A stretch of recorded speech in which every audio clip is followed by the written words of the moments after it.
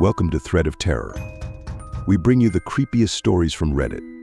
Dim the lights, grab a blanket, and hit subscribe so you never miss a scare. Story 1. Searching for something. When I think of the paranormal, this story is the first that comes to mind. It has stayed with me the longest, and even now it sends chills down my spine. I have never been someone who attracts spirits. In fact, if I walk into a room where something eerie is happening, it usually stops. Ghosts do not seem to find me very interesting. I do not react the way they might want. I have owned and used spirit boards, but they have never worked well in my presence. However, at the time of this story, I had not realized this about myself yet. This particular experience was not my own doing. It was because my friend's house was deeply haunted. I never encountered anything supernatural unless I was with her or her brother. I was around 10 years old, staying over at my best friend's house. Her name was Zed, and she was 8. Her older brother D was 13, and my own brother Jay was 14. Jay and D were best friends, so their sleepovers often coincided with ours. That night, it was just Zay and me, and we chose to sleep in the downstairs living room. The house had an open layout. The front door had a large frosted glass panel, and a tile walkway led past the dining area, with a staircase to the left and the garage entrance to the right. The kitchen was beside the stairs, with cabinets along the back wall and a refrigerator near the living room. An old entertainment center stood against the garage wall, with 2 couches in front of it. The night started normally. We raided the pantry for snacks, played Digimon, and tried to stay awake as late as possible. Around 2 in the morning, as exhaustion crept in, we heard someone coming down the stairs.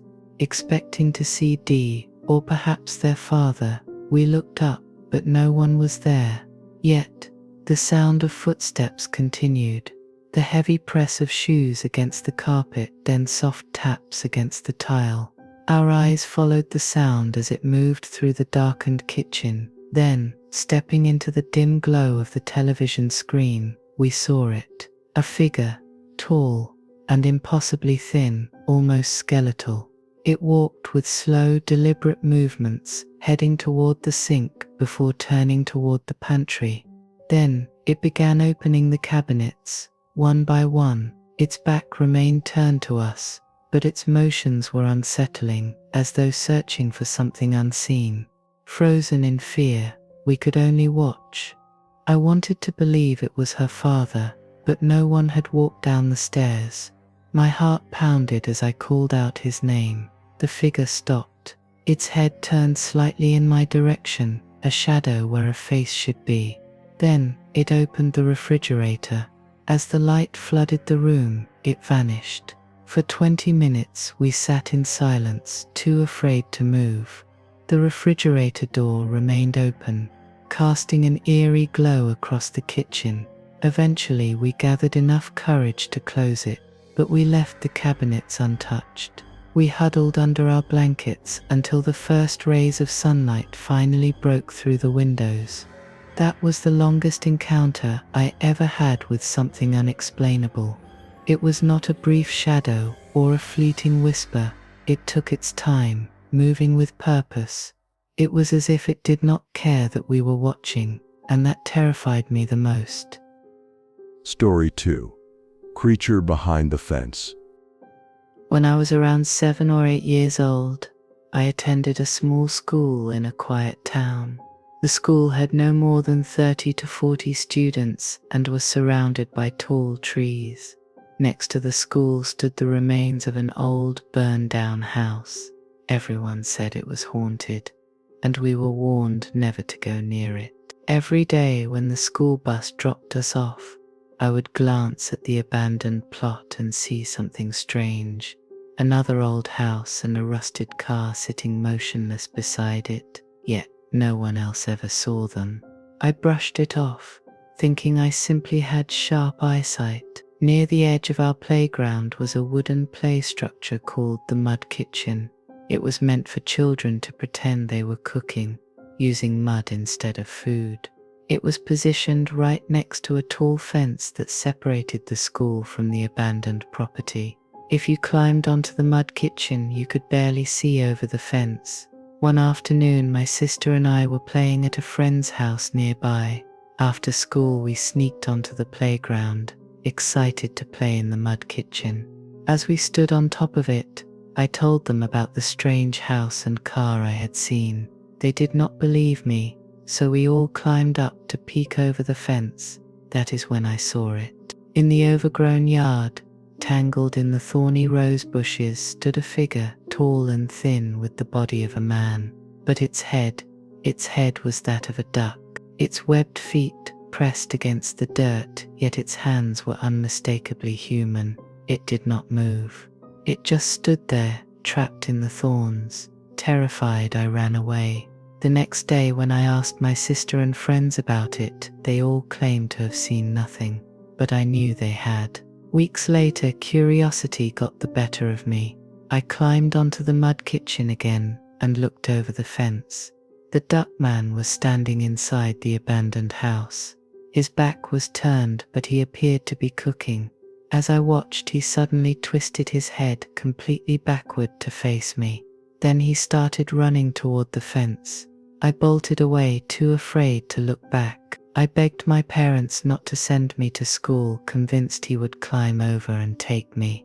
Years later, at 15, I returned to that spot. The rose bush was still there, but it grew in an unnatural pattern, twisting as if something had once been trapped inside. The abandoned house and car were still there, just as I remembered, and so was he. That was the last time I ever went back. Story 3. Ghost in room number 17.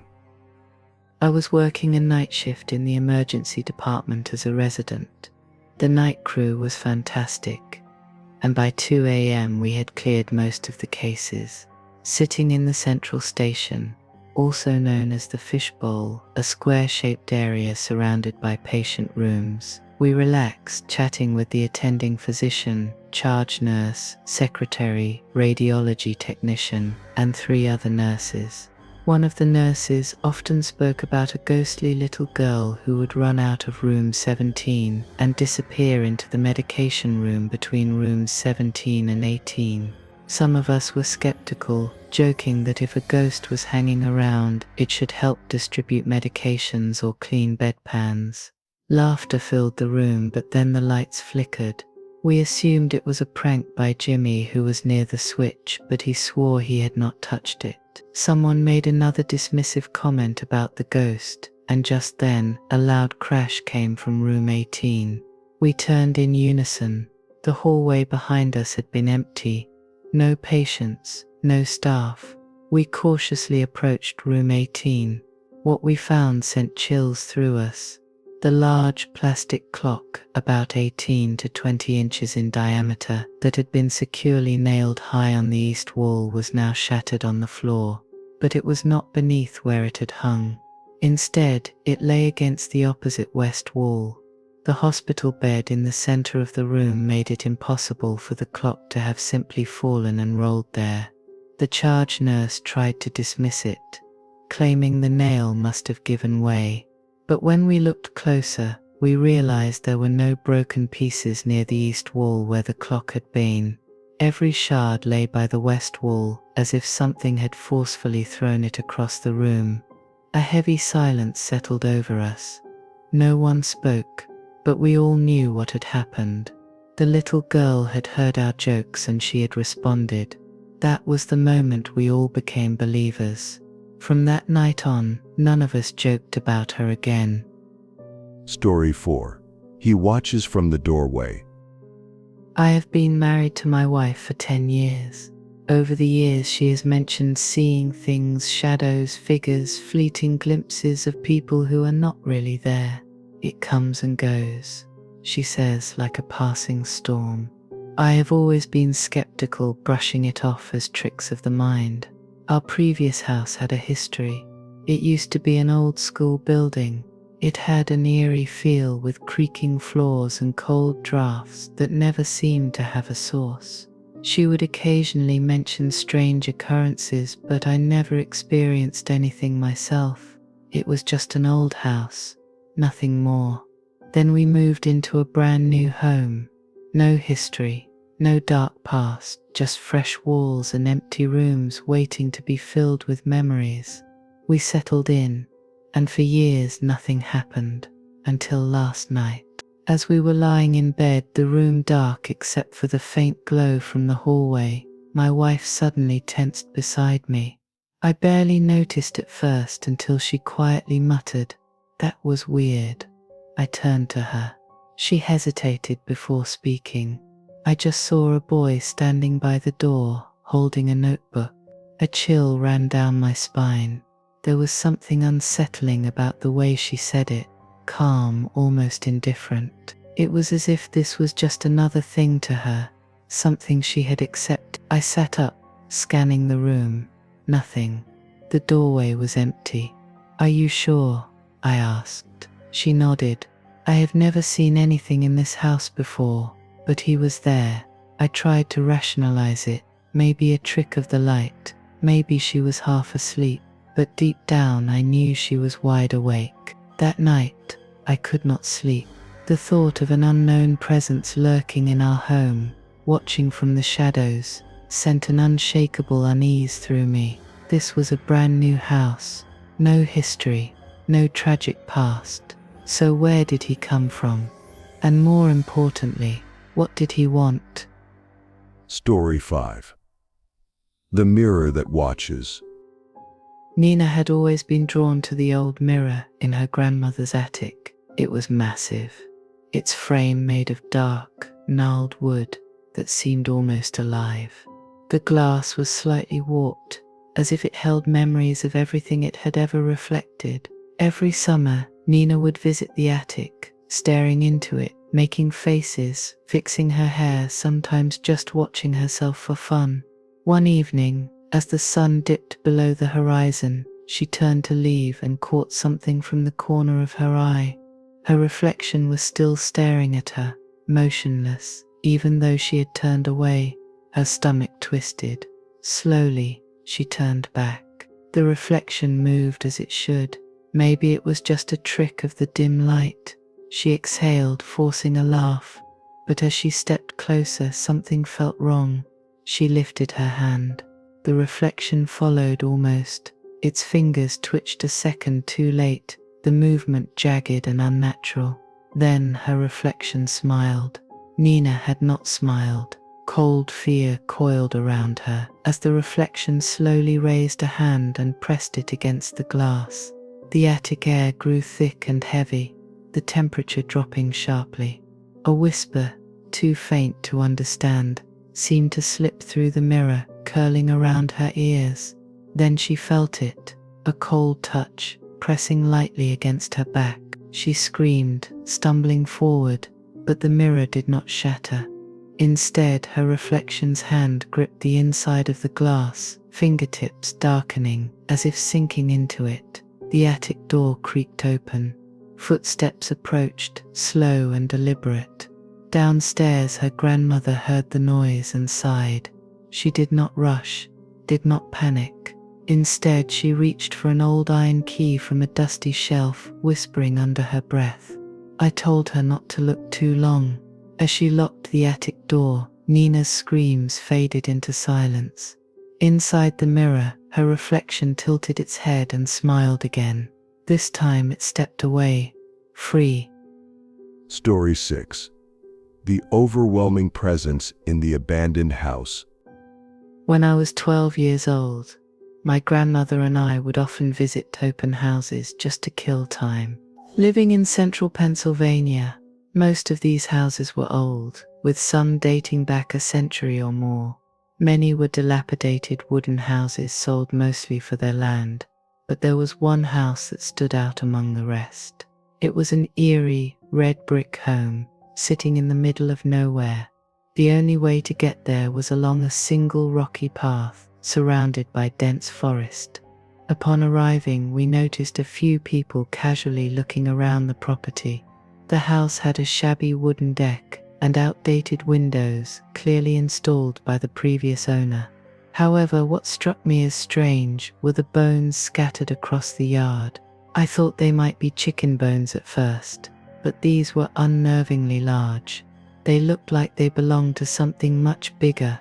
We eventually went inside the house, which seemed fairly normal at first. My grandmother and I explored the old piano and furniture in the rooms. It wasn't until we reached the attic that things started to feel wrong. Up in the attic, it was dim, damp, and moldy. We were the only ones up there, but it felt like we were being watched. The sensation of eyes on me was so intense, I could barely move. I tried to ignore it, not wanting to worry my grandmother over my irrational fear. Then, near the window, I saw something strange. The sill was covered in a massive pile of dead ladybugs, thousands of them. It was bizarre. There were no flies, no spiders, just ladybugs, lifeless and scattered across the sill. I couldn't explain it. My grandmother rummaged through a box at the back of the attic and pulled out an old photo of what looked like an Amish family of 8. As soon as she held it up, I felt a cold wave of panic surge through me. My heart raced, and I couldn't breathe, as if something was suffocating me. My grandmother's face mirrored my fear, and I knew this wasn't just my imagination. Without saying a word, we bolted out of that attic as fast as we could.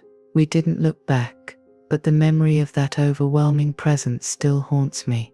Since then, I've often wondered about the existence of souls and what lies beyond our physical world. What if we are tethered to certain places by memories of what could have been? My curiosity led me there, but now I understand the importance of respecting the unknown. Some things are better left undisturbed. Story 7. A voice from the other side.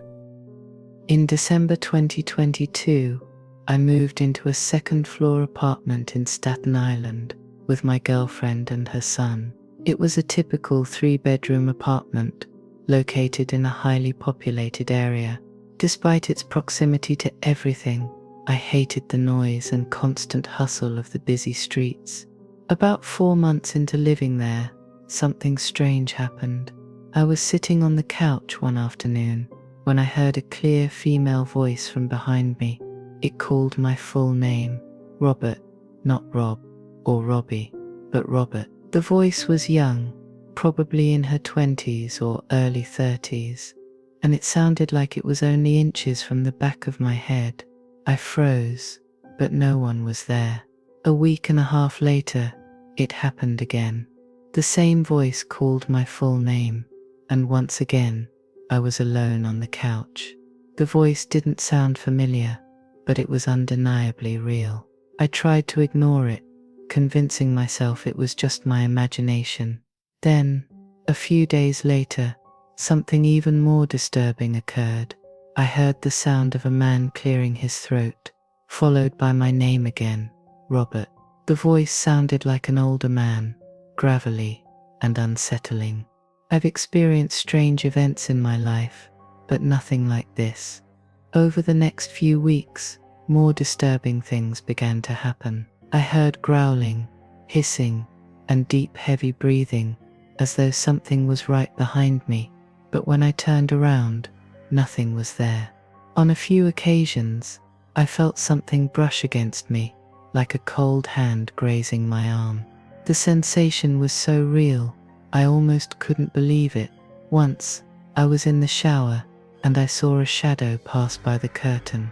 It blocked the light, and I saw the silhouette of a person walking by. But when I looked out, no one was there. I also started hearing knocks, gentle at first, then loud and aggressive, like someone was banging on the door. Sometimes, I would hear my girlfriend's voice, only to find her nowhere near me. On another occasion, I heard the most beautiful angelic voice humming softly, a haunting melody that sent chills down my spine. Despite all of this, I'm not afraid. For some reason, I feel a strange calmness amidst the chaos. Maybe it's because I have audio and video evidence of everything happening here, and without it, I might think I was losing my mind. These experiences are beyond anything I could explain, but I can't deny what's happening in my home. Story 8. The Shadow People that haunted my childhood. When I was around 12 or 13, I started experiencing something I couldn't explain. I call them shadow people.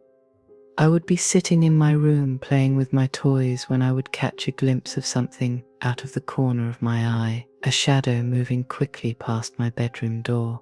It wasn't like a person or a figure, it was simply a shadow, formless, but moving in a way that felt deliberate. It was always in the area around my room, like it was watching me. On one occasion I was in the kitchen, and from the corner of my eye, I saw one of these shadows darting past my bedroom door again. I could never fully make them out, just dark figures, but the feeling they gave me was unmistakable. They weren't friendly. I began to notice them more frequently, and each time, the fear grew.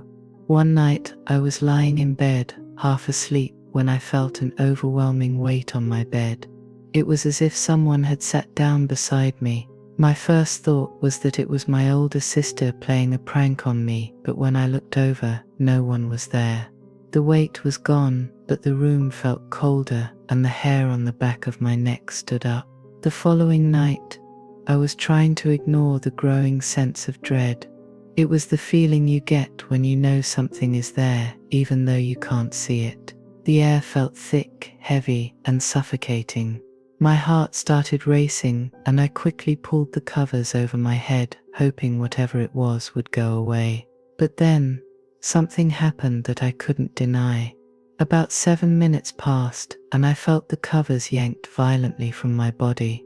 It wasn't enough to pull them off, but enough to make me feel the unmistakable force.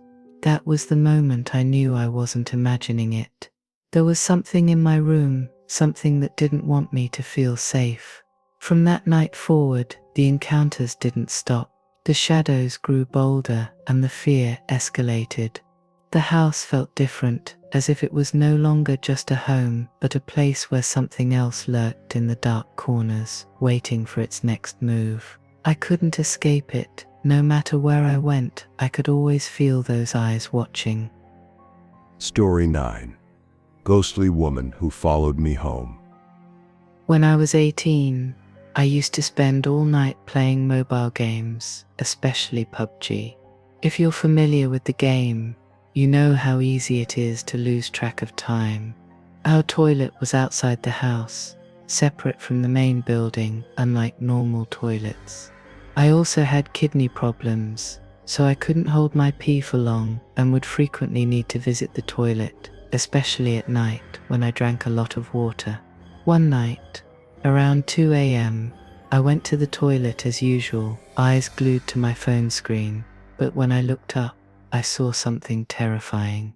Standing in front of me was a blurry human-like figure, cloaked in black. It wasn't clear, but it looked like a woman. She was splashing water from a bucket, and in a soft, eerie voice, asked me to play with her. I was paralyzed with fear. As I turned and ran back to the house, everything seemed to move in slow motion, like when you try to run in a dream, and your body just won't cooperate. When I finally made it back inside, my sister was in the kitchen, still awake, as she often was. I collapsed into her arms, trying to tell her what had happened. My voice trembled with panic, and I was shaking uncontrollably.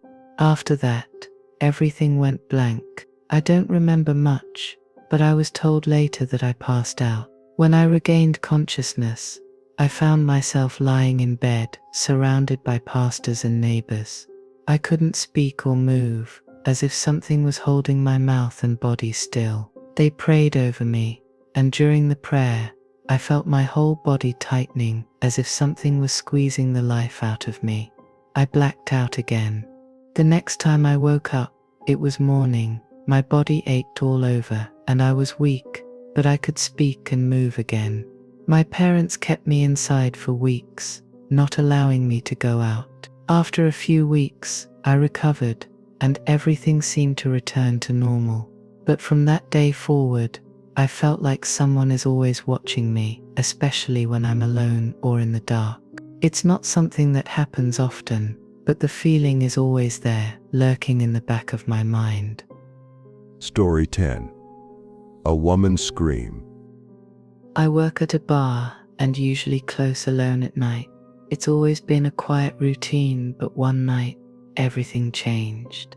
While I was bringing down furniture in the basement, I heard something that froze me in my tracks, a loud scream, or perhaps a moan, coming from inside the cooler.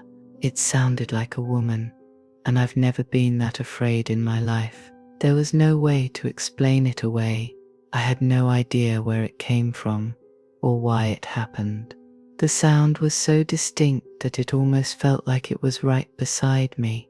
I asked my co-workers the next day if they had experienced anything unusual, and to my shock, they all had their own stories. Items had been thrown at them, possessions would go missing, and sometimes random music would start playing by itself. One night I heard the strangest thing. No one had cued it. The jukebox was muted, yet a song started playing on its own. It wasn't a song we recognized, but what really made my skin crawl was how it started. It was as if the song began with a woman's voice, moaning, screaming, disturbing, to say the least. When I realized that the song might be connected to the sound I heard in the cooler, a sense of dread washed over me. Could it be that something sinister had been lingering in the bar? The idea that the two occurrences were related sent me spiraling, questioning everything I thought I knew about the place. What if the bar wasn't as empty as it seemed after hours? Thanks for joining us on this terrifying adventure. If tonight's story gave you chills, let us know in the comments below, and share your own scary experiences too. Don't forget to leave a like if you want more nightmares, and subscribe if you haven't already. Until next time, sleep tight, and remember, not all shadows are empty.